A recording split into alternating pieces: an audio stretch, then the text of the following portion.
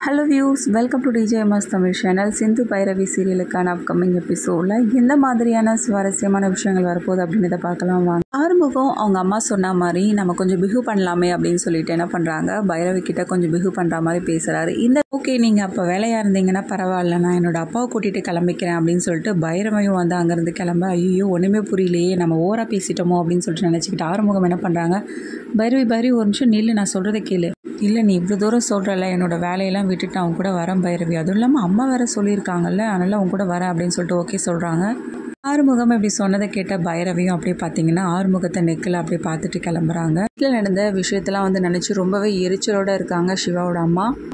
அப்படியே சிவாவை விட்டுட்டோன்னா கண்டிப்பாக சிவாவோட மனசு கொஞ்சம் கொஞ்சமாக மாறிட்டு வந்துடும். அதுக்கப்புறமா அந்த சிந்துவை வந்து ஏற்றுக்க ஆரம்பிச்சிடுவான். இதுக்கு ஏதாவது ஒரு முடிவு கட்டணுமே அப்படின்னு சொல்லிட்டு யோசிச்சுட்டு இருக்காங்க சிவாவோட அம்மா. இந்த சமயத்தில் ஏற்கனவே சிந்து சொன்ன மாதிரி டாக்டருக்கு என்ன பண்ணாங்க, சமைச்சு வந்து ஹாஸ்பிட்டலுக்கு சாப்பாடு எடுத்துகிட்டு போகிறதுக்காக கிளம்பிட்டு இருக்காங்க.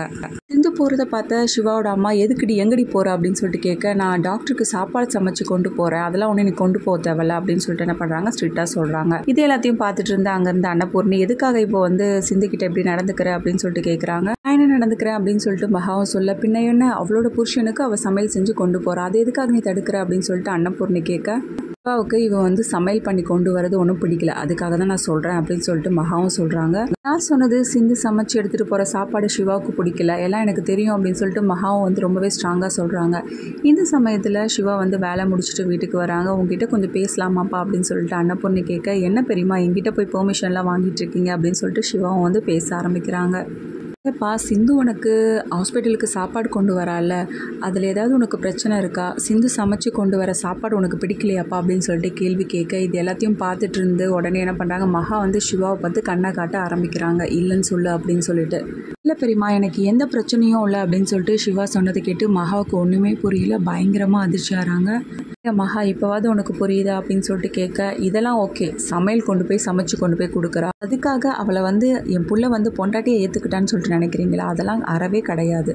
மகா இப்படி சொன்னதும் சிந்துவுக்கு ஒன்றுமே புரியல, ஒரு மாதிரி டல்லாகிடுறாங்க.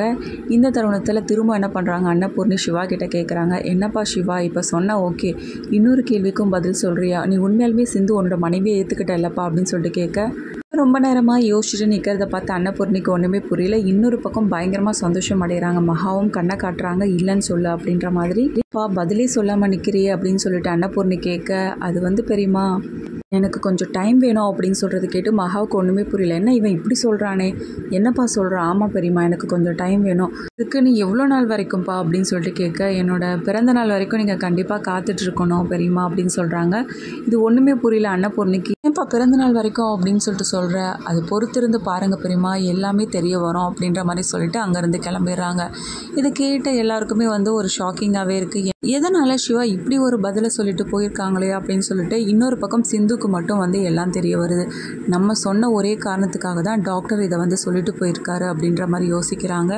பார்த்து சிந்து, என்ன டாக்டர் இப்படி சொல்லிட்டு வந்திருக்கீங்க, வேற என்ன சொல்கிறது சிந்து, என்னோட பிறந்தநாளுக்கு அப்புறமா என்ன நடக்குது எல்லா விஷயத்தை பற்றி வந்து நீ சொல்கிறேன்னு சொல்லியிருக்கல, அதாவது நடந்த உண்மைகளை பற்றி வந்து சொல்கிறேன்னு சொல்லியிருக்கல, அப்போ கண்டிப்பாக நான் யாருன்றதே உங்களுக்கு தெரிய வரும், ஸோ அது வரைக்கும் காத்துட்ருக்கலான்னு சொல்லிட்டு தான் நான் சொன்னேன் அப்படின்னு சொல்லிட்டு சிவாவும் சொல்லி, கண்டிப்பாக டாக்டர் அதுக்கு முன்னாடி உன் மனசில் நான் இடம் பிடிச்சி உன்னை ஜெயிப்பேன் அப்படின்ற மாதிரி சிந்து சொல்கிறாங்க. இதான் ஹாஸ்பிட்டலில் ஸ்னேகா பண்ணுற ஒவ்வொரு விஷயத்தையும் பற்றி வந்து சிவா தெரிஞ்சுக்கிறாங்க.